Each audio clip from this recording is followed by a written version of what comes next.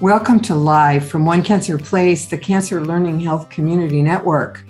I am greeting host Erica Hansen-Brown, patient, fierce advocate, and cancer education promoter. In this series, we feature scientific information delivered in a deliciously different format, brilliantly conversational with the cancer research heroes of today. Today's conversation partners are Dr. Christopher Lieu of the University of Colorado Cancer Center, the Anschutz Center as we know it, world-renowned GI oncologist. Allison Rosen, a passionate patient advocate who also works for the American Cancer Society. Our genial host and teacher, Dr. Christopher Heery, the Chief Medical Officer for Arcellx Incorporated. And we have a few of the powerful patients who reside with us at One Cancer Place that we're so enormously proud of. This series is sponsored by grants from our support partners, CGen, Mirati, Natera, the Colon Cancer Coalition, and Colorectal Cancer Alliance. Take it away, Dr. Chris. Erica, thanks again for organizing another Live at One Cancer Place. Today we have Chris Lieu from University of Colorado.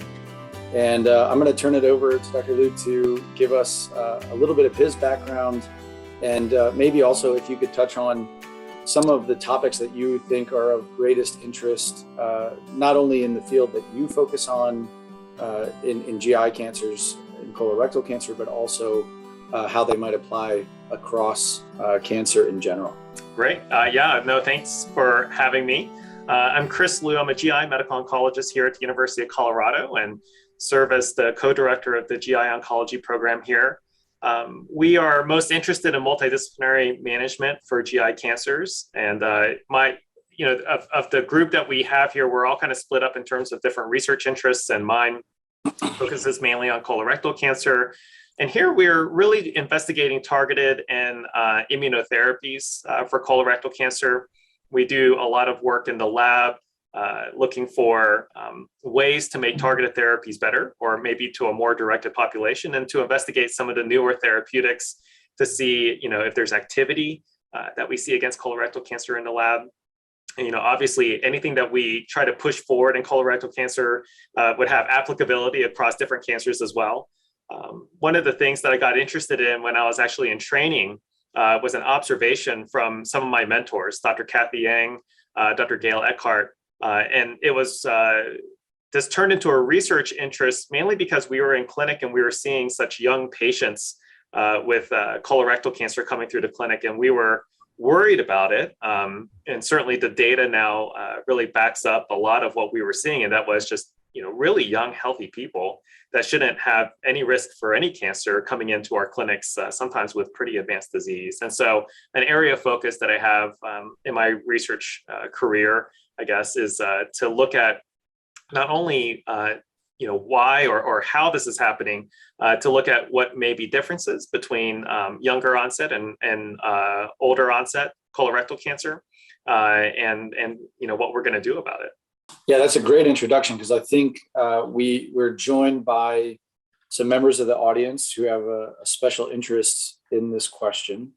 And I know, Allison, you've been pretty active in this space. If you don't mind, could you give us a quick introduction to some of the work, how you got connected to this, which is like many of the other people who tune into this, not through the best circumstances, and just where things stand in some of the things you're working on. Sure. So my name is Allison Rosen. I am a stage 2 colorectal cancer survivor. This will be 10 years. So I was diagnosed at the age of 32. I was actually diagnosed when I was working in a cancer research lab. So I worked in cell and gene therapy, not related to colorectal cancer, but very much in gene therapy and how it affects various cancers.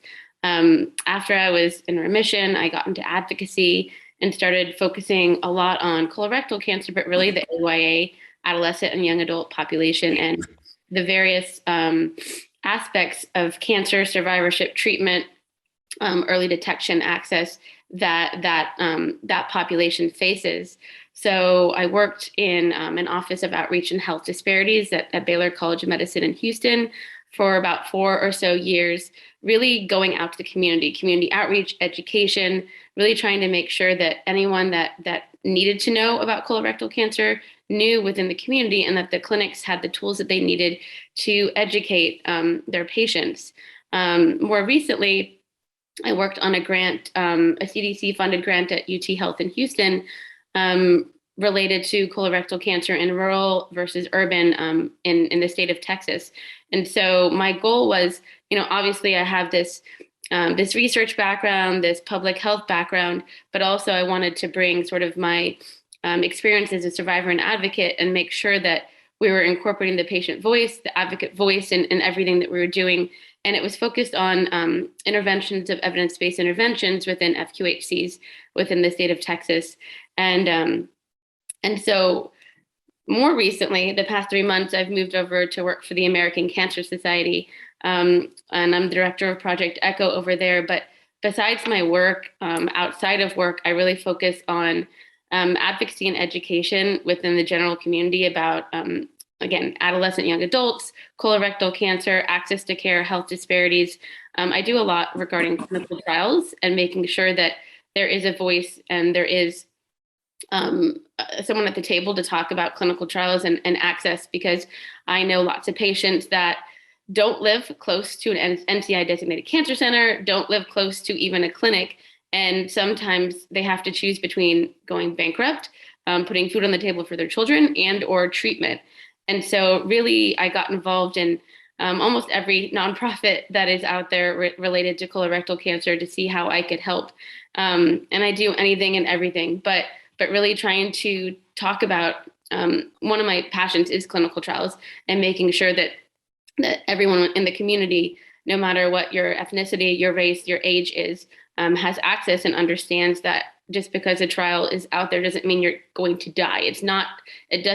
Palliative care and clinical trials should not be necessarily used in the same sentence. I've had friends that have been on trials for years. And so that's a little bit of background about me, but anything related to colorectal cancer and policy research, whatnot, I like to help however I can. Thank you for that overview. I think I'll turn it back to Dr. Lieu here to ask, to touch on a few of those points, because I think how we look at that from the patient advocacy standpoint and how we look at it from the clinician researcher standpoint are not always exactly the same. And one of the goals of these conversations is to help patients understand those various perspectives and what goes into some of the challenges and some of the solutions that are being proposed. So let's start there. I think most people who tune into this are aware, but maybe not everyone is, that the age of or the incidence of early age colorectal cancer is increasing and has been increasing for years. But for those who might not know that, Dr. Lieu, could you kind of give us a rundown of what we've observed over the last, 10 years or so, and what that leads to in terms of concerns from the medical research side? Absolutely. And first of all, need to certainly say, congratulations, Allison. And that's a remarkable story. And boy, putting action to words, right, is really, really impressive. And you really touched on some things that we probably should discuss.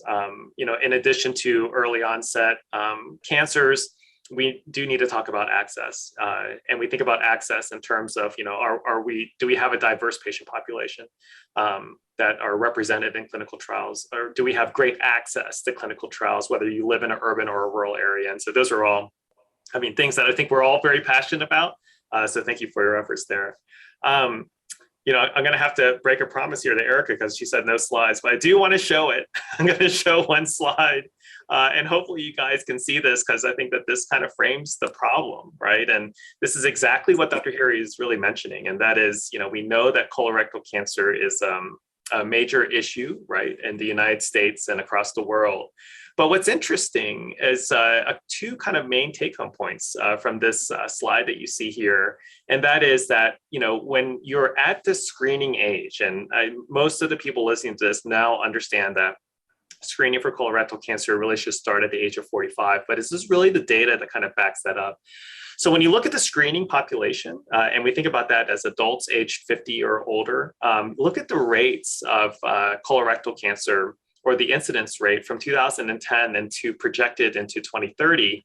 And you can see that these green and purple lines decrease pretty dramatically over the course of 2 decades. But then, of course, the major concern is this, incredible increase in young onset colorectal cancer, and Allison can certainly attest to this, and also, in rectal cancer as well. And so, this is certainly what we see in clinic. This is the trend that we're seeing, but it also is the reason why we're sparking this discussion. This is not a group that we traditionally screen, and it is a group that has unique challenges, not only because of their age, which is obviously shocking to begin with because this is such a young population, but it's also the challenges of what these people are going through in their lives, which is sometimes school, career, or even raising young children. And so that kind of frames the problem that we see. We know that the things that we learn in early onset colorectal cancer can be applied to other cancers as well. So this is the incidence rates differ depending on what cancer that you're talking about. But really, I kind of see 3 priorities whenever we see a graph like that, right? And that is number one, if we talk about a younger population, you want to know about awareness, and there's good data now out there to suggest that most of the young people that were diagnosed with colorectal cancer had no idea that they could actually be diagnosed with colorectal cancer at that age. That makes sense, right? You're young and you're healthy. Cancer is traditionally thought of as a disease that's either seen in really young children or in older adults. So awareness is the first kind of priority that we think about. The second thing, which is of course really important as well, is, well, why is this happening? We want to know what is the etiology, and what we mean by that is how, what were the confluence of factors that led to a young person who was previously healthy develop colorectal cancer. And there's a lot of research that's going into this, but as we're going to discuss, nobody really knows. And the problem is we would love to be able to point to it's one thing, right? It's, diet, or it's, use of medications, but the problem is that it's probably a confluence of a number of things that are going on, which makes it really hard to nail down. And then, of course, the third kind of priority in that situation, whenever you have a person that has early onset colorectal cancer, how do we treat that patient? Does it differ than how we treat an older person with colorectal cancer? Is it truly a one size fits all, just do the same thing for everybody? And then what kind of support and resources can we surround our patients with that have early onset colorectal cancer? Because we talked about, somebody who's in their early 20s are going to have different priorities and different things going on in their lives than somebody in their late 70s. And so when you think about that, how do we as doctors and providers and nurses and social workers, how do we really provide our patients with the best care possible given what's going on? So that's a lot of me talking, Chris, but those are kind of the 3 pillars that I see whenever we talk about early onset cancer, adult cancers. Yeah, and I'm going to break the rule too now that you did it. Can you put that slide back up for a second? So I just want to help people who don't live in the world of statistics like we do. I think it's helpful to try to reverse engineer this slide for people. Okay, so what you're seeing is that if you start in 2010, and that was the incidence of colon or rectal cancer shown here, what you're seeing is the percentage increase over time. And so in 2020, you're seeing about a 40% increase, in particular in the group of patients that are between 20 and 34 years old across the whole population, right? And so what that means is, if just take rough numbers, this is just for the purpose of illustration. If there were 1,000 people who were diagnosed with colorectal cancer in 2010, then in 2020, it would be 1,400. Right. So I just want to help illustrate the point that when we see these numbers, they can look really overwhelming. And the interesting thing is, in this case, they are, right? This this is supposed to illustrate a scary point that, in particular, amongst the younger population here, you are seeing a very rapid change in the incidence over time. And that is what's so the projection out to 2030 is based on the rate of change that has been observed over the last, I'm guessing, 20 years, something like that. We can flip off the slide again, but I think what you're seeing then is if there are 150,000 cases, for instance, this year or last year of colorectal cancer, if you were to imagine 100% increase and to make that real numbers, that'd be 150,000 more people, right? That's incredibly scary. And that is not the correct math from what that slide is showing. I'm just trying to show you that when you see 100% increase, that's doubling, right? So if we take that just in the younger population between 20 and whatever it was, 45 on that slide, you can derive that you're talking about a very large number in the tens of thousands of people that are going to be diagnosed with colorectal cancer that 10 years ago were not, and 10 years from now, it'll be even more, right? So one of the things you touched on, Dr. Lieu, is this point about the why, right? Like why is this happening? And I do think there's a natural questioning that most people have when they see medical data these days.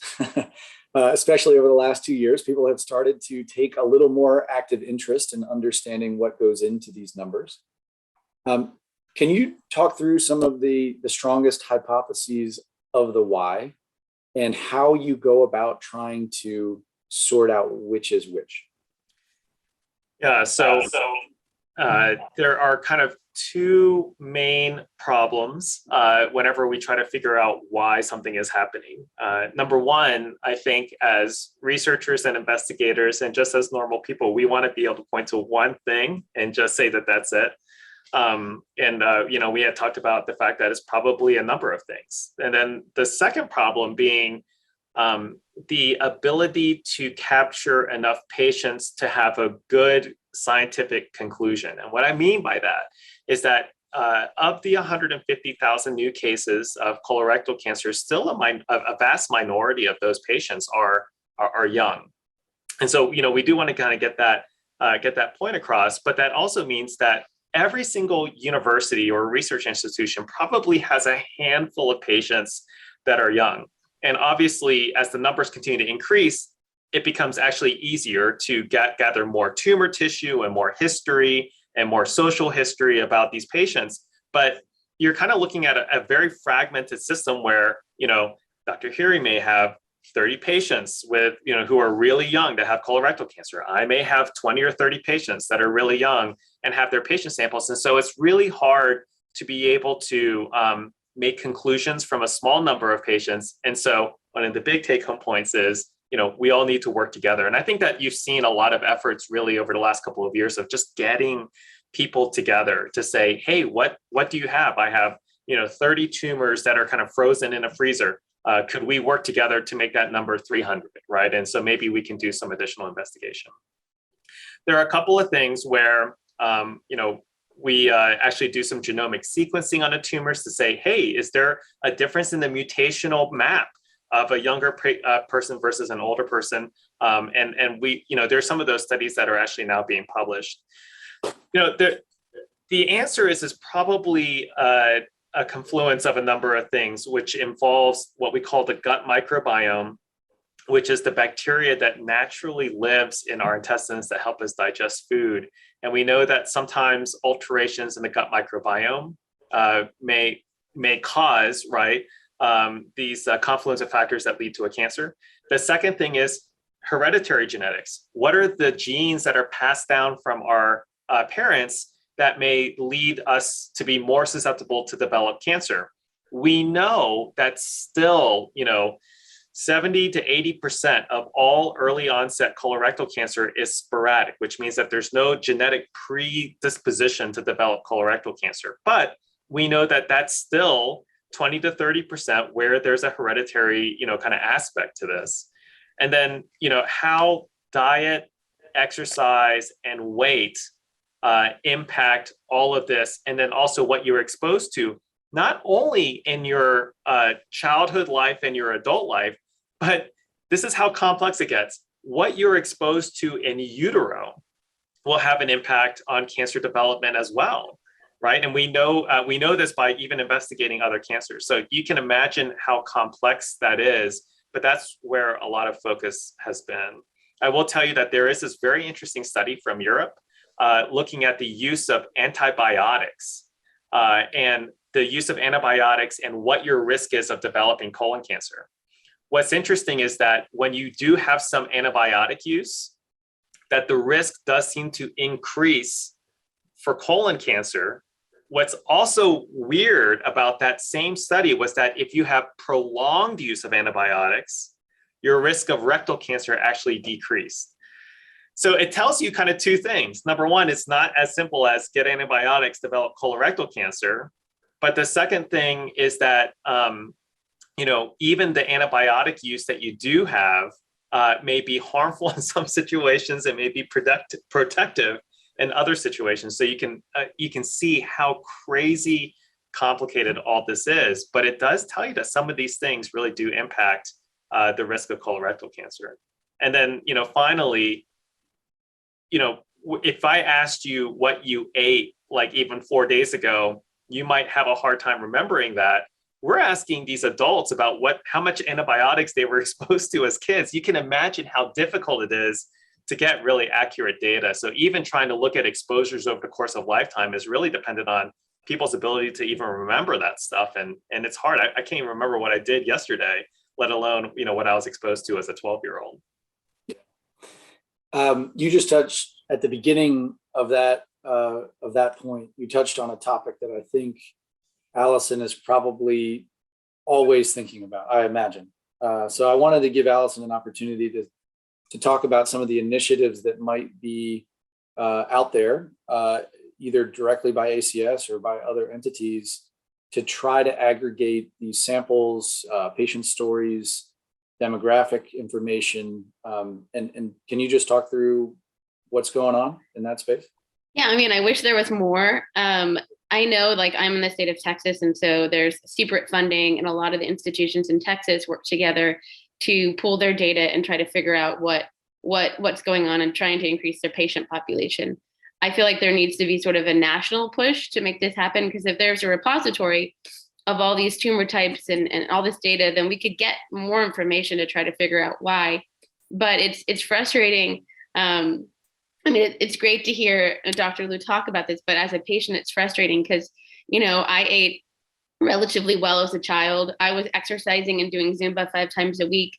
I don't live near any oil and gas. I think, my gut microbiome, as far as I know, is good. I gave my tumor to some sample or some group at MD Anderson. They asked when I first was diagnosed if they could have my tumor to study it. And I was like, of course. I work in research. You can take it. Now I have no idea what was done with it. I don't think they ever followed up with more information. But I think over time, we're willing, as a young population, we're willing to give all that information. Give me a food diary. I'll write down everything that I'm doing. Give me a diary about my exercise. I'm willing to do that. Give me anything.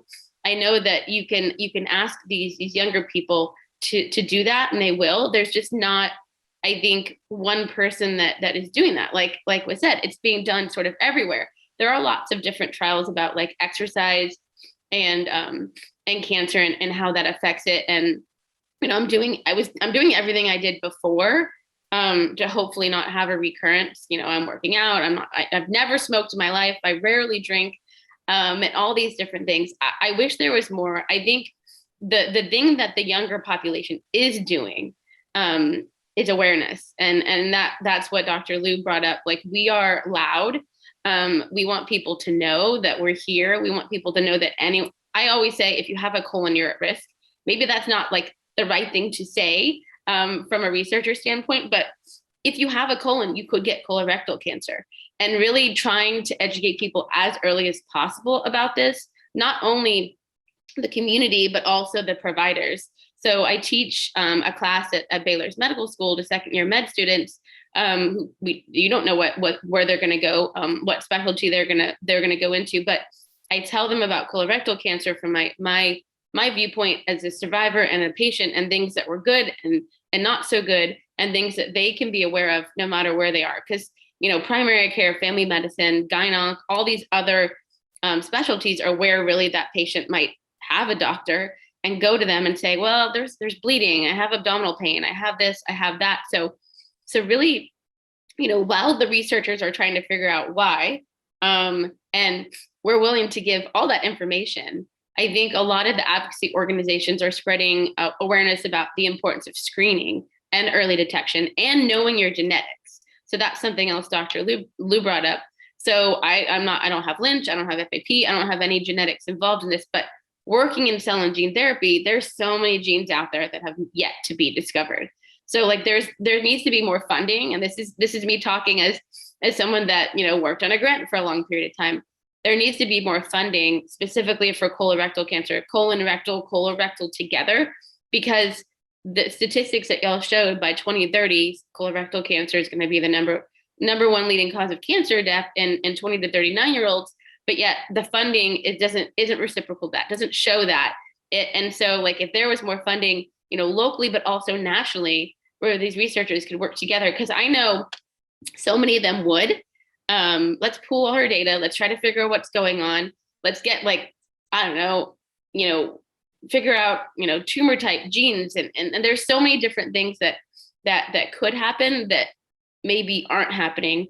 And then the other thing is using us as patients to help spread awareness about the research that is going on and the treatments that are available. Because there are a lot of people, I know about all this stuff because I've worked in it. I've, worked in the medical center here in Texas. I work on research grants, but I think having the patient voice on everything that's happening, so we can make sure that you're collecting all the data that we think would be helpful, and also framing it in a way that you'll get patients to agree to give their tumor or blood or whatever might be needed. I said yes instantly, but I think these researchers oftentimes have to convince people to turn over some of their information, and because people are like, well, I don't know, especially in the minority population. They might be like, well, what are you going to do with this? I don't want something to happen to me because I gave you my tumor or whatnot. So I think collectively, the young adult population and the advocacy organizations, and I know ACS is spreading awareness. So when we have Awareness Month, that's great, but we need to have awareness for all these different cancers throughout the year, not just in March. I wear blue anytime I talk about colorectal cancer, and a lot of this is grassroots. What's being done in Colorado, what's being done in Texas, let's share what we're doing so that it can spread to all the states and all the cities and even international. And I'm involved in the National Colorectal Cancer Roundtable. And if people don't know about that, they should join that. It's for anyone that does anything related to colorectal cancer. I serve on their steering committee as a patient, survivor advocate. I also, have my other hat on as far as, my previous experience working in health disparities, but I want to empower other patients to join. And that really is the place where a lot of resources are being created for awareness, for people to use clinics, FQHCs, health systems, sort of all over.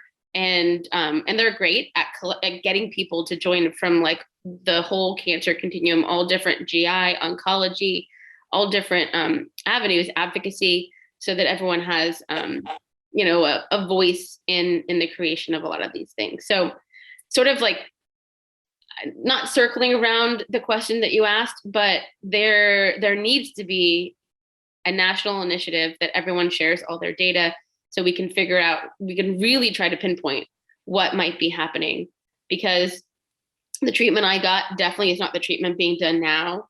And I'm happy, I'm alive. I love my doctors. I love where I was treated, but I think there's an evolution of treatment, especially with the AYA population, regarding less is more, because of survivorship and how many more years we have to live than say a 70-year-old or 75-year-old. Do you mean getting 6 full months of FOLFOX? I mean, I read a research article about like K-pox was another one, like 3 months versus 6 months. Is HIPEC surgery actually useful?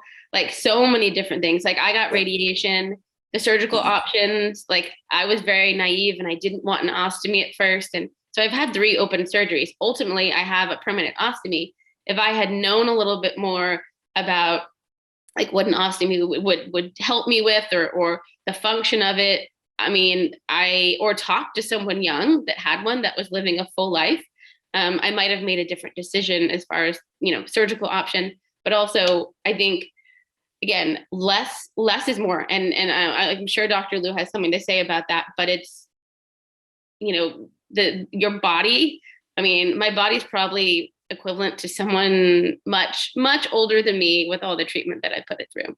I think this, gosh, Allison, I think that's so incredibly well said. And, just to, maybe not repeat what you said, which was said perfectly, but really just to kind of drive home the point that the patient's voice here, and this is really something for everybody that's listening, it's so powerful, it's so impactful from numerous standpoints. Okay, so for my patients, right, to be able to have people to talk to, just like Allison has said, to even discuss some of these things. The doctor's visits are so fast and we talk in like a different language, and to be able to have people who have lived through it and can put things probably much better, well, definitely way better than us in terms of plain language, that's huge. And then number 2, what Allison is talking about in terms of the colorectal cancer roundtable and advocacy and awareness.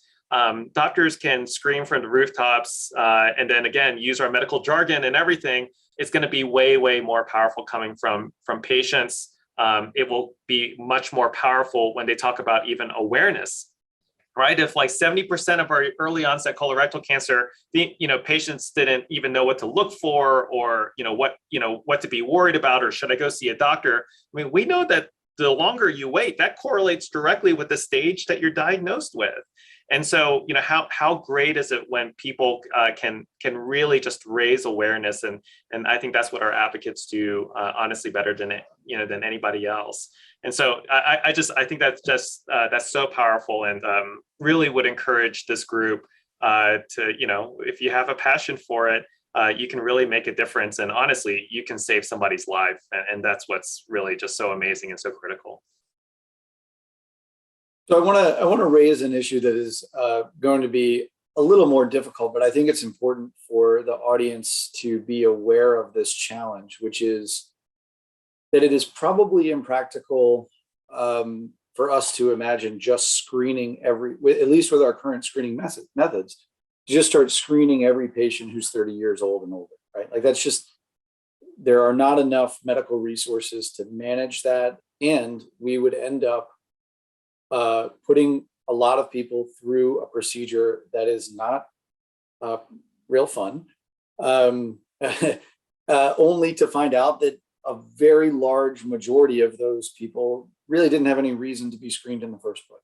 Right? So I want to point this out because this is not specific to colon cancer. This is a problem across all cancers, and it's why there is so much debate about what the age should be when screening begins. One of the theoretical solutions is to make a highly specific and highly sensitive test that can be done on the blood that would tell you if you have cancer.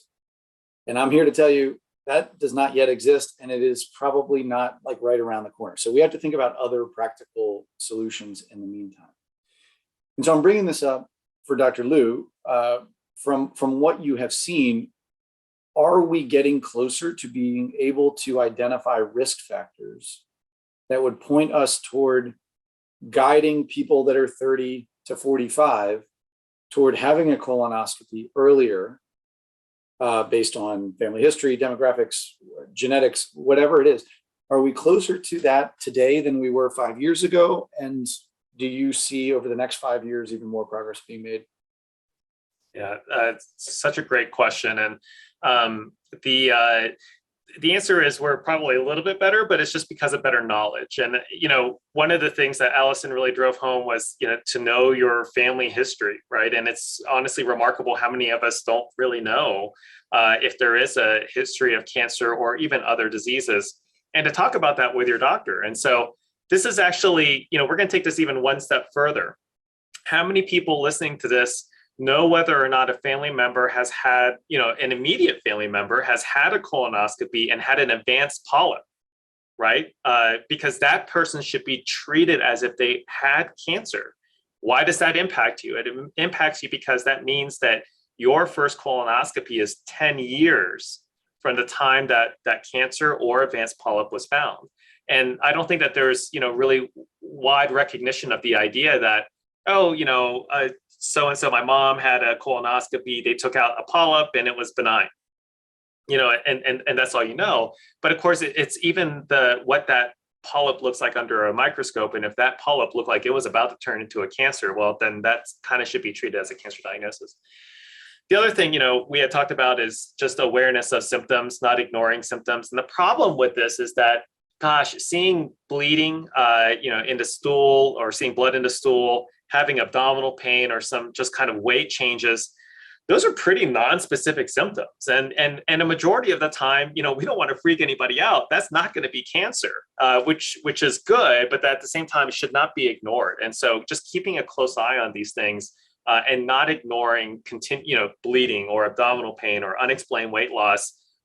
Sometimes it means kind of pushing a little bit harder on your primary care provider to say, I'm actually really worried about this because I know your body better than anybody else. When these things are really odd and you're like, boy, this really shouldn't be happening. It doesn't automatically mean that you have stage 4 cancer, but it just means that it shouldn't be ignored. And it doesn't mean that you necessarily have to go straight to a colonoscopy or a CT scan. But, as long as there's a plan in place to say, okay, well, if this doesn't get better, then we're going to escalate what we're going to do. And then to Dr. Hiray's kind of last point of we don't want to hurt people by being overly freaked out about cancer. And what Dr. Hiray is really kind of pointing to is that there are a handful of bowel perforations that happen with colonoscopies. Do you end up hurting more people than you do helping them? Meanwhile, spending trillions of dollars in medical care when people are actually healthy. And so really, an ultimate solution to this are blood-based tests to look for something called cell-free DNA or circulating tumor DNA. And there are companies that are working on this. And to Dr. Hiray's point, they may not be right around the corner, but they are getting better. And there will likely be a time in the coming years where you can actually draw a blood test and actually look for, there's an assay that's coming out or that will be reported on hopefully later on this year from a company called Guardant, where they're trying to look for the primary prevention of colorectal cancer. We'll see what that data looks like. We hope that it looks good, but as Dr. Hiray mentioned, I don't necessarily think it's ready for prime time right now, but I think that this is something that will honestly change the landscape for how we look for cancers in the future. The question is, when that's going to be. Yeah, great points. I should say, from a scientific standpoint, the technologies exist today to make really good predictions about whether someone has a very early undetectable cancer right now. The challenge is, how frequently do you draw that test? How do you report it to people? How do you follow up long enough to know that you've actually made a meaningful difference in their life over time? Those are challenges that are probably a topic for another one cancer because they go to how difficult it is to prove something, as Dr. Lieu referred to earlier, proving something that makes sense biologically and clinically oftentimes is much more difficult than just what most of us know in our gut feeling like this is going to work.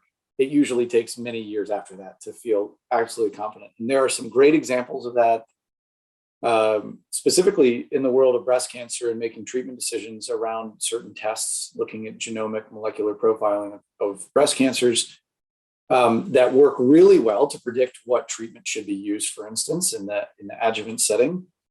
And then if you apply that same test in colorectal cancer, it didn't work well enough to be approved. So I think, these can be really confusing topics for patients. And I just want to point out, it's not because they're confusing for patients, it's because they're confusing. They're really difficult and really challenging, and oftentimes take people who spend almost their entire career to resolve these issues, and sometimes beyond their career, and hand it off to people they mentored to solve these problems. So don't get overwhelmed with these things, and know that the technologies actually do exist. And if you get the opportunity to participate, so if, for instance, you have a family history of early onset colorectal cancer, and you are saying, I think I might be at risk, but I don't know if I want to have a colonoscopy every 3 years from the time I'm 30, maybe a good thing is to call somebody like Dr. Lieu and say, hey, do you have any screening trials where I could have these blood tests done and participate in the study?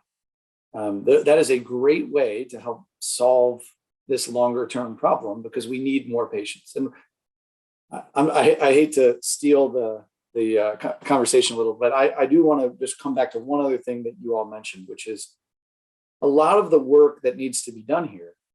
We tend to focus on the patients who were diagnosed with colorectal cancer and getting their samples and getting their demographics. But we actually also need kind of the everything else, right? We need to know who are the people that were just like those people who didn't get colorectal cancer, right? And you can imagine that's a much more difficult challenge. You've probably, almost everyone has seen this picture of, a warplane that was going to fight, and the plane would come back shot up with bullet holes, and people would say, gosh, we need to patch up these areas of the bullet holes. And then somebody said, no, we need to patch up all the things that don't have bullet holes in them, because the planes that got hit there are the ones that went down, right? And it's not different than what we're talking about here in terms of being able to pick out which patients are going to be at high risk actually requires that we also identify the patients who are not at high risk. Because otherwise we're just putting everyone at high risk and then trying to screen everybody. And again, that comes back to this challenge of potentially hurting people and not really being able to help the patients who need it. All right, so off my soapbox. So from there, let's dive in a little bit on the molecular profile, because I think this topic is really, murky, really tough for most people to understand. But maybe could you give just a high level overview, Dr. Lieu, of the kind of tests that are performed and how we try to sort out where there might be patterns that we can learn from? Yeah, so boy, this is a really tough topic. There are, I guess, two main things that I want to point to, and that is if you have stage 4 colorectal cancer, there's the molecular profiling that we do and utilize. And that honestly is most of the time taking a piece of the tumor and doing a mutational map of that tumor. And the reason why that's so critical for our patients that are undergoing, treatment for stage 4 colorectal cancer is because that type of mutational profiling can really help you determine what might be the best personalized therapies for you. And what's remarkable from 2010 until now is that there are a lot more targeted, directed therapies for metastatic colorectal cancer. So that's just kind of a big take-home point for anybody that's listening, is that just make sure that you have this testing done. Sometimes, again, it's a minority of our patients, but there's a subset of patients that may sometimes be able to receive targeted therapy, or in really rare instances, immunotherapy to treat colorectal cancer. And so that's kind of, just a public service announcement, I guess. The second part to what Chris is mentioning is, well, if you do a full genomic map of early onset colorectal cancer versus later onset colorectal cancer, you might be able to compare what the mutational map looks like between the two. And there have been a number of studies and a number of organizations that have tried to do this. And again, we kind of run into a very complicated issue, and that is, what's the best cutoff point? Who's to say that somebody who's 48 is different than somebody who's 51? And are you kind of making an arbitrary cutoff? And I think that that's part of the difficulty, is that these changes may exist, as a spectrum, as opposed to, well, if you're 35, you're totally different than if you're 36. And, we would imagine that would likely not be the case. But when you do look at kind of older samples versus early onset samples, you do notice a little bit of a difference in particular genes that we typically measure. So one of the most common genes that we measure in colorectal cancer is a gene called KRAS, KRAS. And we know that there's a bit of a differential expression in early onset versus later onset colorectal cancer. Now, there are two things. Does that mean that the reason why that person developed a colorectal cancer is different in an early onset versus a later onset? We can't say that. Number two, does that make a big difference in terms of what somebody may receive in terms of curative therapy for a stage 1 or stage 2 colorectal cancer? Likely not. And so we see these differences, which suggest that there might be a little bit of a biological difference. But number one, it's not black and white. It's not like it's 100% in one group and 0% in another group. And it may point you towards maybe there is something biologically a little bit different in a 20-year-old versus an 80-year-old. But number one, it's not always going to be the case. And number two, you can only kind of separate out the differences when you look at thousands upon thousands of samples. So it's really, really complex. I guess I would tell you that, we will learn more as we look at it. But with the available data right now, I don't necessarily think that it's really helping us determine why patients with early onset colorectal cancer are developing cancer. So maybe we can take a step towards the practical, the practical decision making that a given person can take away from this, and we can apply this outside of colorectal cancer. We're talking about colorectal cancer, but it's really more illustrative of a global problem, which is when there are cancers that develop either earlier onset, earlier in life, or when they develop, they can develop very rapidly. We would love to be able to use screening and or diagnostic procedures. And the difference is really just screening means there are no symptoms. Diagnostic means there's something there that you should be worried about, right? So what are the things that we can use? We've touched on a few things. One is family history. So it is important that people watching this, if you have concerns, even if you don't, talk to your parents, find out, is there anybody in our family that had early onset cancer of any kind? Or had tests done to find out whether their cancer was serious or not, right? I mean, those are things that anyone can do. They're uncomfortable. I mean, if your family is like my family, nobody talks about those things at all. So that's one thing. And if you find out that there were people in your family who had those things, then you talk to your doctor about it. You say, hey, should I be thinking about screening earlier? And then on top of that, if you ever have any symptoms related to that type of cancer, so for instance, like a GI cancer, if you have blood in your stool or abdominal discomfort, or find that that you start eating the same diet you've always eaten, and all of a sudden you have trouble with digestion, like all of those sort of non-specific symptoms can be a trigger for a diagnostic evaluation of those symptoms. And you will find that even today, and I'm sure Dr. Lieu can tell us stories, and I'm sure Allison can too, that even today, with this increasing incidence of these cancers, people are still unaware. So they'll still say, oh, you're 31. Like, we don't have to do that. That is completely crazy, right? So maybe this is a good opportunity for Allison, if you could share just sort of the perspectives that you've heard in your role, maybe even from your own story, about how that happens and what we can do differently to try to overcome it, both as advocates and clinicians.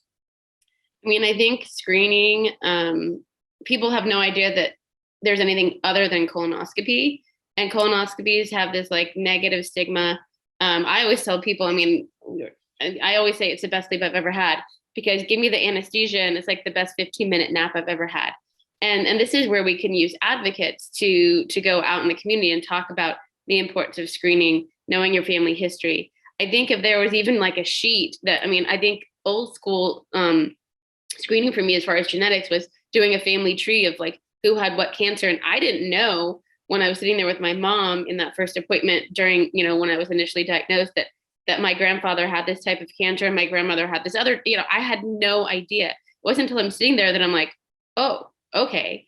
And my mom had breast cancer and my dad's mom had breast cancer. So I'm getting screened now, getting my mammograms on a regular basis. And I've had biopsies and there's markers, inside of me to ensure that, if I do get it, it is caught early. But really the negative stigma that exists, number one, but then also the screening options. FIT tests is what we used so often when we're in the federally qualified health centers, safety net healthcare systems, to explain to people it's so easy to screen. now it's 45 and we don't want to overflow the system. So I think there needs to be two different things: educating people about all the different screening options, and when this blood screening does become available, making sure everyone has access to it. It's not just the people that have insurance, it's everybody. Because those people they're more likely, everyone I talk to in all the clinics, 100% would choose a blood test over a stool-based test. Because you got to go home, you got to put stool on a card, you got to send it back in. Did you do it correctly? Did you not do it correctly? So I think educating about the screening modalities, and then some form of prioritization when you have colonoscopies.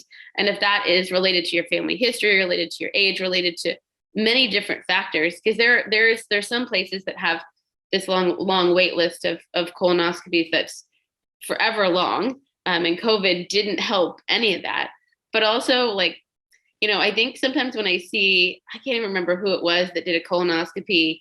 Maybe it was Jimmy Kimmel or one of the talk shows did colonoscopy. Katie Couric did it, right? Yeah. I mean, Katie Couric for sure. There's definitely been a bunch of other people. I think Kevin Hart, most recently, yeah. I saw him film his colonoscopy.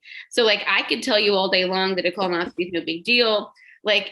If I had $1 million, I would create a prep that didn't taste horrible, that people could do very easily. I do tell people Miralax and Gatorade, talk to your doctor about that. Not everyone gets that, but that is something that I tell people because you don't taste it.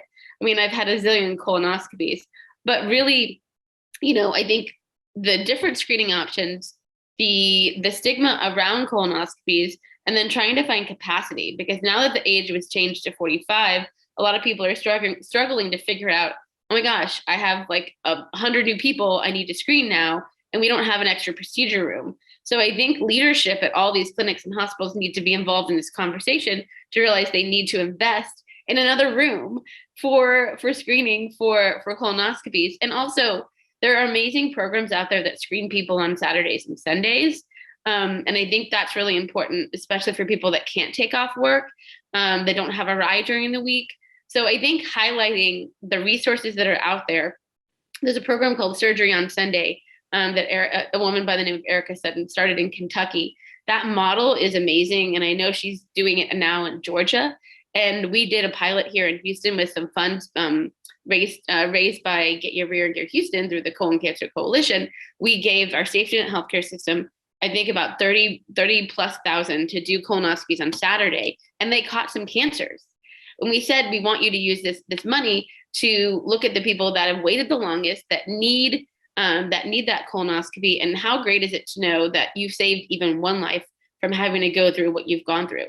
So I think there's so many different things, but I'm excited about the blood testing coming out. I'm excited when I saw Guardant post, I'm like, oh, I can't wait to see this data. As soon as they have it, I know they're going to release it to us. But if it's as simple as going to get a blood test, you're going to see people are willing to do it. Younger people, maybe because we're not, eligible for screening, maybe there's a way to, focus on the family history and the genetics, and then they have that, they won't have that blood test because they'll go straight to colonoscopy. So there needs to be I feel like prioritization of people that need to get screened over other people, and education about these non-invasive screening modalities, because those are what we use in all the FQHCs, and the screening rate is going up. The more we tell them the screening rate is going up, you do have to get them to do that colonoscopy, but they're more likely to do that colonoscopy knowing they've had this stool-based test that is positive, versus just go get that colonoscopy. So a few different points that I feel like I made there, but empowering the community to learn and understand and break that stigma. I mean, the poop emoji is now on your iPhone. It shouldn't be something we don't talk about anymore. Yes, colorectal cancer is not glamorous, but every little kid loves to see a little poop emoji costume and hat and squeeze toy. So empower the kids to talk to their parents too. That should be our takeaway message. More kids talking about poop. So I want to come back to one more topic, because I think we're almost to the end of the hour, but I want to come back to one thing that we it was in the middle of a point that Dr. Lieu made earlier, which is about the complexity of the biology and trying to understand this. I mean, touched on background genetics, which I think most people get the concept, right? But the complexity of the interaction of genetics with the bacteria that live in our gut, that alone is enormously complicated. But when you consider our diet also brings in the ability for different flora to live in the gut, as well as potentially viruses that don't actually make us ill in the moment, but can cause insertion of genes into our cells that end up over time resulting in expression of abnormal proteins. These are the types of things that almost require a global effort. And Dr. Lieu, I just wondered if you feel comfortable. Obviously, we can edit this out if you don't. If you don't, but do you feel comfortable commenting on the differences around the world in the incidence of colorectal cancer and some of the things we might be picking up in terms of diet and relation to background genetics from looking at different countries and the incidence of colorectal cancer?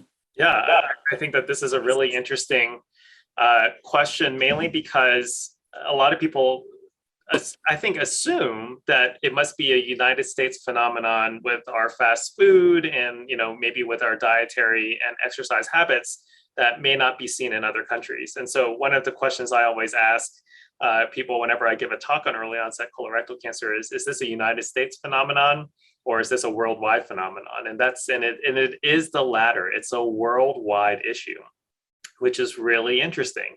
Because, and maybe it is partially that we've exported a lot of our culture elsewhere as well. But I mean, it really does tell you that, even in Europe, where there's a decent amount of difference in diet and lifestyle, that they're seeing, an increased incidence. Same thing in Australia and New Zealand.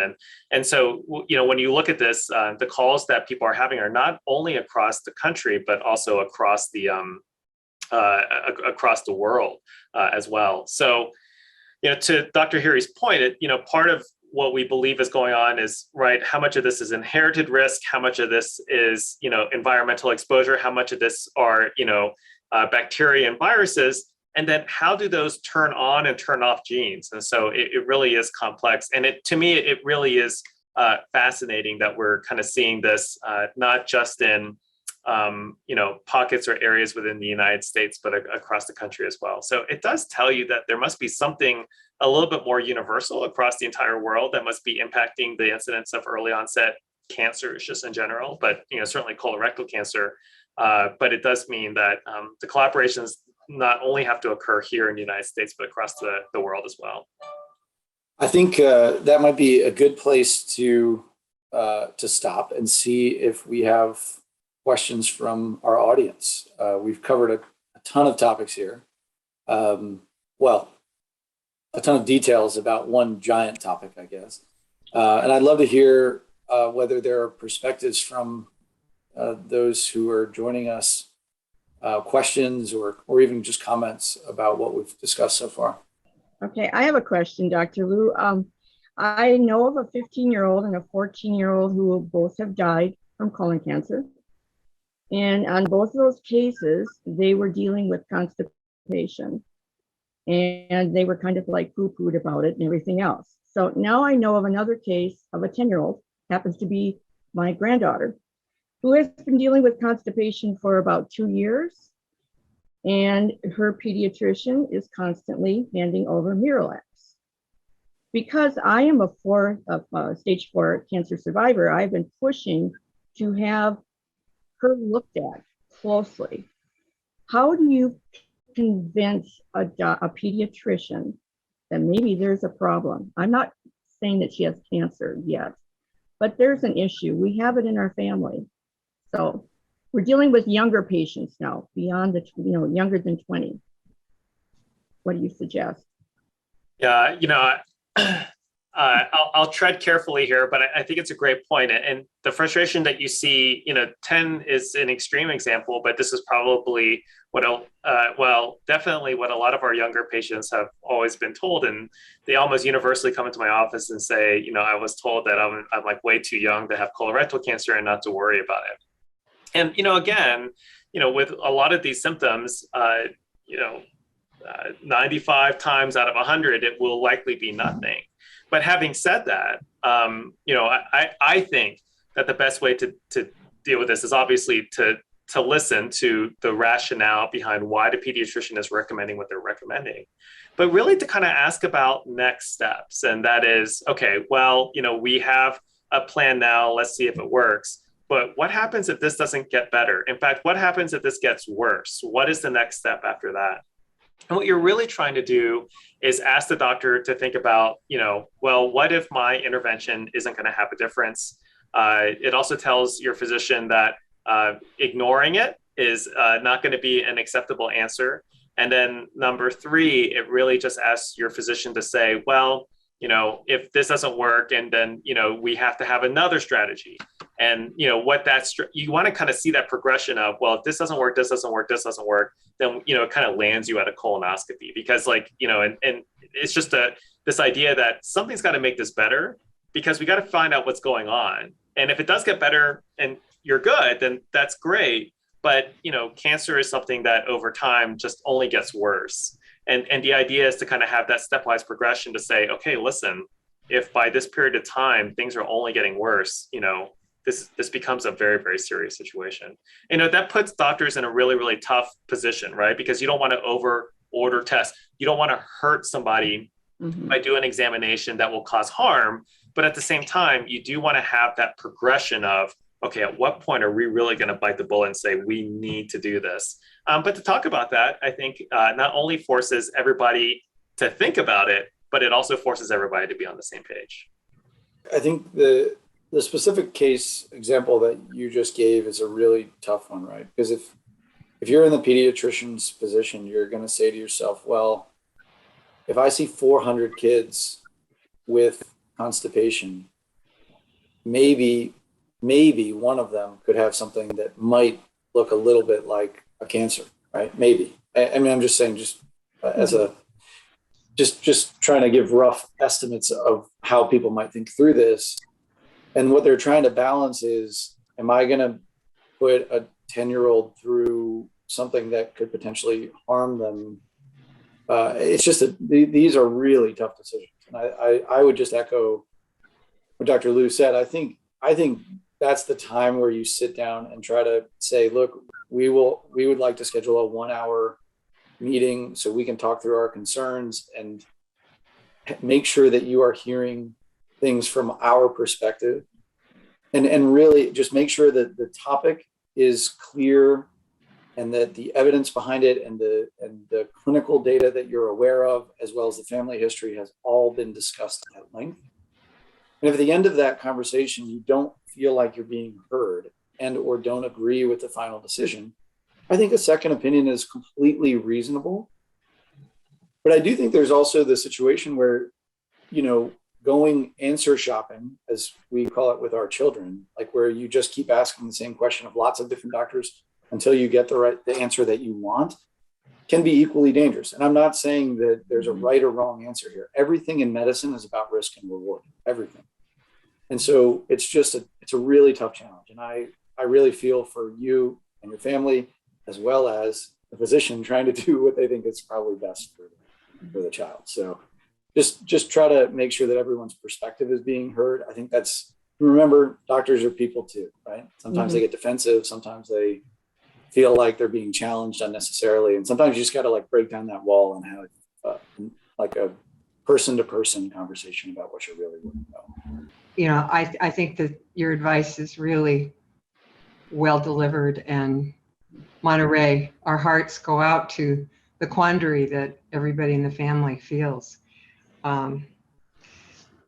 The question that I have, a couple questions. Dr. Harry, you mentioned screening trials. How does a person, young, old, whatever, seek out a screening trial? How are they differentiated from other trials, and where does one go? That is definitely a better question for Dr. Lieu than it is for me. I know that if you go to clinicaltrials.gov and you're an expert at searching it, you can find them.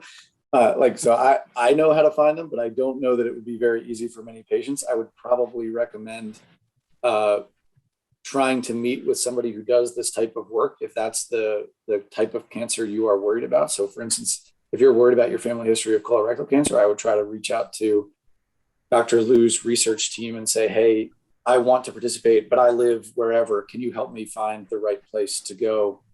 Or through the American Cancer Society is another great way to do that, or through foundations like Fight Colorectal Cancer or Colorectal Cancer Alliance, or maybe One Cancer Place can help take up this as well. But I think that's the type of thing that advocacy foundations typically try to facilitate. But Dr. Lieu, do you have any other? Yeah, I think that's great advice. Really, when it comes to screening, the experts are your primary care provider. They'll likely know, number one, what's available, and then number two, what might be available around them. Usually, if you talk about kind of private practice, primary care offices, the number of trials that they may be enrolling into might be very, very limited. And so if you go to a larger academic center, and so this would be kind of, to Dr. Harry's point, a little bit more of a second opinion, but if you really are interested in any kind of screening or prevention studies, going to a larger center, and even a lot of centers allow you to even ask before making an appointment, is this an area of expertise? Is this an area where you may have something available? They can usually say, yes or no, and then, get you in. So a lot of times with clinical trials, it's tough because websites are difficult to navigate. Studies may open and close without anybody really knowing unless you're intricately involved with this study. So this is a worldwide problem.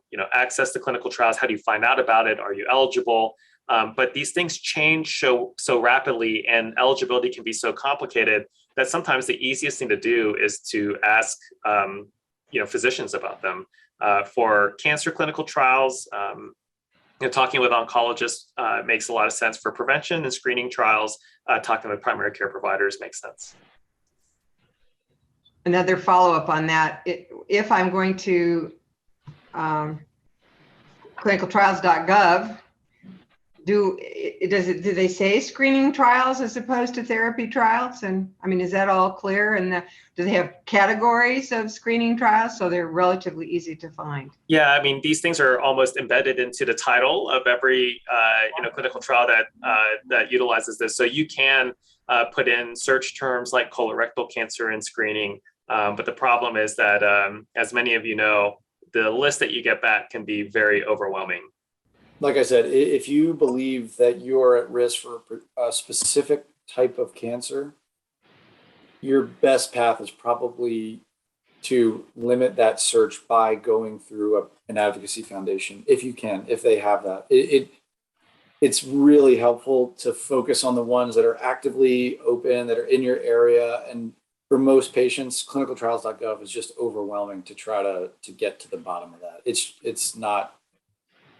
something we've been talking about since I've been working in cancer, is like, we have to make this better, but unfortunately there's nobody to take charge of that. So it is what it is. But yeah, please, I think a good example, we know there are a number of cancers where screening is insufficient and where risk is high, like ovarian cancer, pancreatic cancer.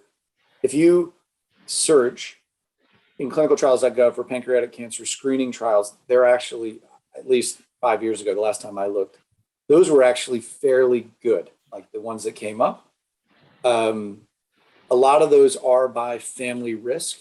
And it even tells you on there, hey, if your family has this, and this, you're eligible, and these are the sites.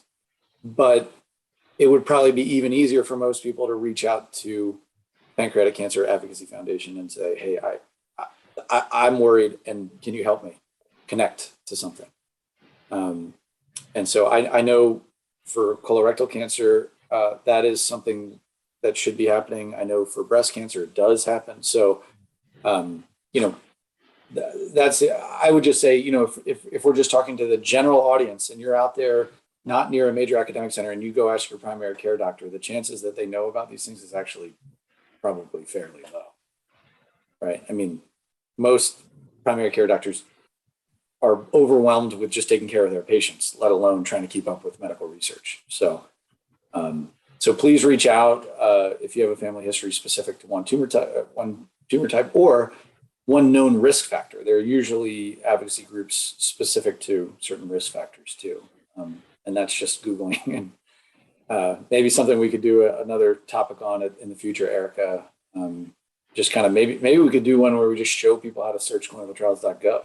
To add to that, Fight CRC has a clinical trial finder for colorectal cancer, and they'll help you and they'll walk through that with you. And I know that the Colorectal Cancer Alliance is navigators, so if you need help and support, you can call and they'll also help you walk through that sort of stuff. And then there's a lot of like just navigators at clinics that might be able to help you navigate that. Clinicaltrials.gov is very confusing even for someone that understands it, and we're trying to make the titles be a little bit more plain language so that when someone's searching, that they do search colorectal cancer and screening or stage 4 colorectal cancer, whatever, so they can find it easier. Because I've read some titles of trials and I'm like, wait, I need to read it 3-4 times before I really understand what they're doing. And then you read the like eligibility and like they can't be so limiting. They need to change that within clinical trials so that it doesn't rule everybody out. I mean, if they want to accrue patients, they're going to have to make it a little bit more accessible to more people. So it's my little tidbit on clinical trials, but the advocacy organizations within colorectal cancer will help you, and our tools are being created so that you can search easier. Even some of the pharma companies that have trials have trial finders on their website. I can't think of some of them off the top of my head, but navigators should be able to help, advocacy organizations should be able to help. And we're moving towards making them more patient-centered, at least understandable as far as when you're looking at that, because no one wants a list of like 5 trials that they don't understand. And if I don't understand half of them, then the average person is definitely not going to understand them at all. My understanding is that the Fight CRC organization is working on an upgrade for the colorectal cancer trial finder that we've known about for the last 10 or 8 years, and it keeps being refined. And I know that the navigators with that setup are really, really good and knowledgeable and accessible, which is so important. And they ask for patient feedback for that too.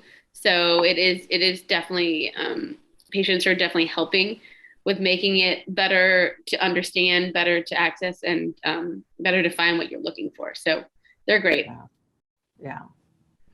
I have one quick other question on a totally different topic, but it was something that Dr. Lieu dropped. He made a distinction between cell-free DNA tests and ctDNA tests. And what is the distinction and for what use? Yeah, we're all becoming experts at this type of terminology now because we're being forced to. Cell-free DNA is something that circulates in everybody's bodies, and that is when cells undergo turnover in our bodies, DNA or fragments of that DNA are then released into the bloodstream, and then your body metabolizes it, usually even within minutes, but minutes to hours. And this is just a very normal thing. So we can actually draw your blood and detect cell-free DNA, and that would just be the DNA that you inherited, right, from your parents. So, but in patients with cancer, a fraction of that cell-free DNA may be circulating tumor DNA. Now, this is different than normal cells. These are tumor cells that have a very distinct genetic pattern or DNA alteration. The technical term for a lot of what we look for is sometimes even called DNA methylation. But, essentially the way I describe this to patients is, if in a pregnant mother's body, there's her own DNA, but you can actually detect fetal DNA, right? And you can actually sequence fetal DNA by drawing the mom's blood. And that's kind of the same concept, is that all of us have a lot of cell-free DNA that circulates in the blood, but in patients with cancer, a fraction of that might be circulating tumor DNA. We can then use that information to make a couple determinations. Is there cancer present or not? That's what a lot of us are trying to investigate. Can we use this information to know whether cancer is present in the body, even though we can't see it on a radiographic test? And then the second obvious utilization of this type of test is to do a mutational map of the tumor using a blood draw. And we know that there have been successes with testing for mutations using a liquid biopsy as opposed to a tumor biopsy. So those are the kind of two major applications. But of course, in this conversation, we had the third major application, which is also, can we do this for primary prevention of cancer? Can we take a perfectly healthy individual, has no evidence of cancer, and screen them for cancer using a blood test? And the future is really bright. We're not quite there yet. We need to know how to use this technology. The technology has to get better. But I think it really is going to change a lot in the future. Thank you, Dr. Lieu. Dr. Lieu, I have a question. I have RAS wild. I have a couple mutations. I am NED right now. And I was told that immunotherapy, MSI stable, and I was told that immunotherapy used like as a trial basis as a last resort. Could you kind of maybe tell me why that would be? Yeah, so right, when we think about being RAS wild type, that means that there's no mutation there. Right, when we think about having no evidence of disease, that is amazing. So, congratulations, that's really, really cool. The idea of immunotherapy is that it works in about 4% of our patient population with metastatic colorectal cancer who have a marker called high microsatellite instability. We call this MSI high, Chris, this is probably another talk, right, for another discussion. But yeah. We know that for 96% of our patients with metastatic colorectal cancer who are microsatellite stable, immunotherapy will not work because there are no T cells that are surrounding or infiltrating into the tumor. The way I describe this is that if you have a dance floor and you have a bunch of people on the dance floor, in other words, T cells, your immune cells, then you can just turn on the music, and that's what immunotherapy is, and then you have the party. Microsatellite stable colorectal cancer is like having the dance floor, which is the tumor, and then immunotherapy is like having the music going, but there's nobody on the dance floor.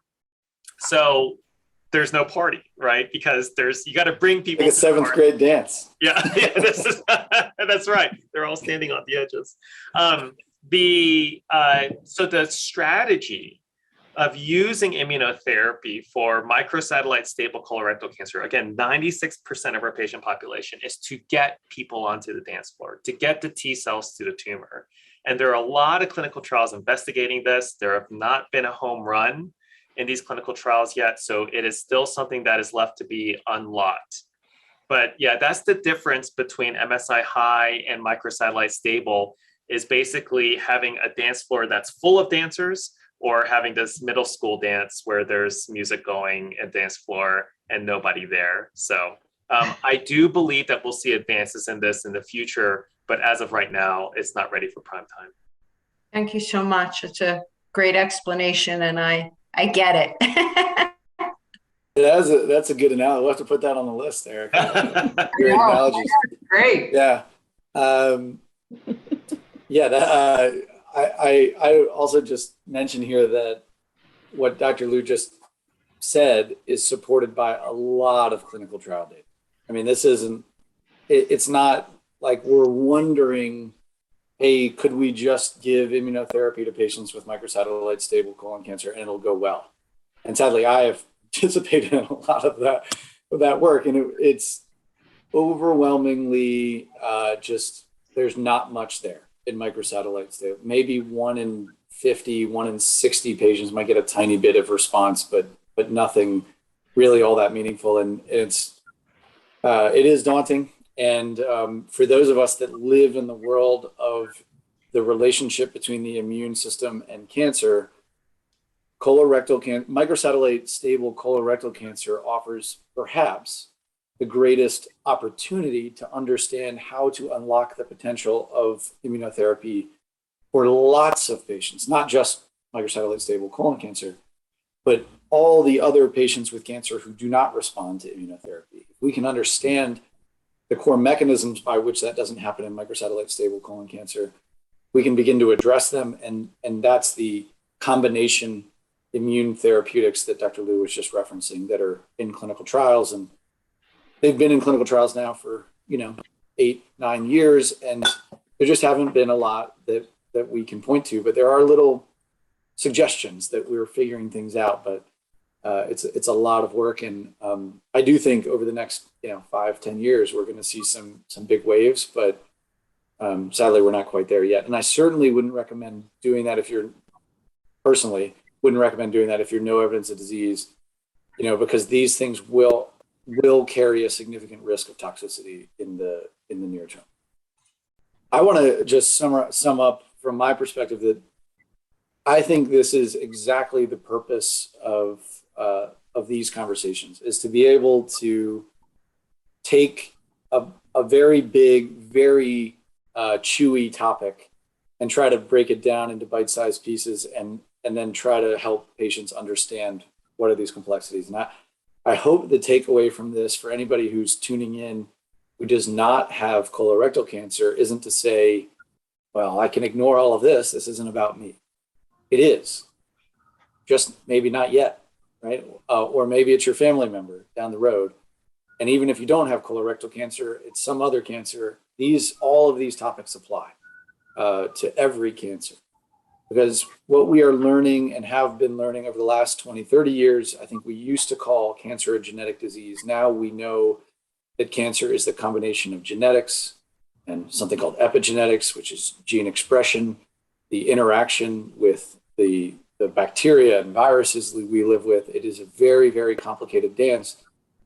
And while genetics tends to be the thing we associate with risk, family history is probably the most important thing that helps us predict the risk of cancer, because family history folds in genetic risk plus diet plus activities. You do things the same as your family for generations usually. So it is a really powerful tool. And if there's one thing that I could magically snap my fingers and make happen, it would be that everybody make sure that they know what happened in their family's medical history.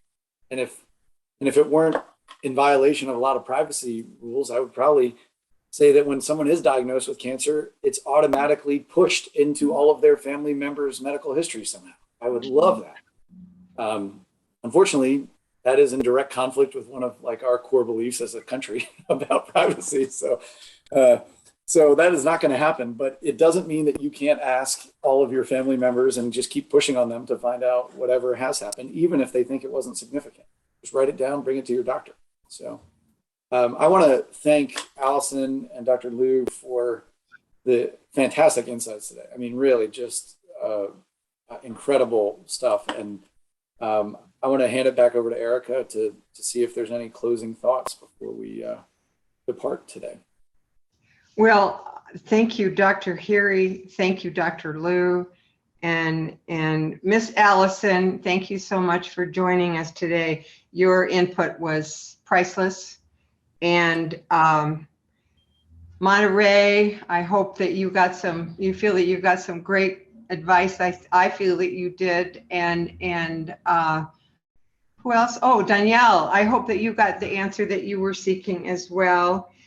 Thank you all so much. I don't know, I think I can speak for everybody here. I feel that I'm learning so much from these conversations. And it's so wonderful to be able to ask these incidental, small little questions like, how do you seek a screening trial? What's the difference between a screening trial and a trial?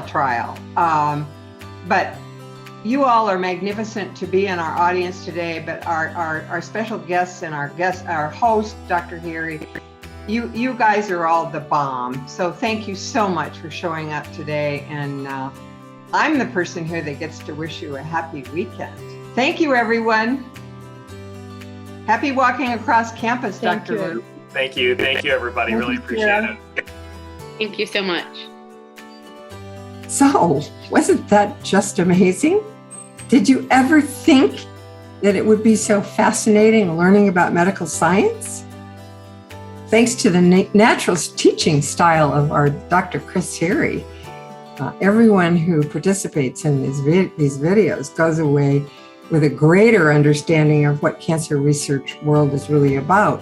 We also get the startling fact that doctors are human as well, just like us. Thanks to all of you partners that help us do this. We are proving that learning can be fun, and this is fun.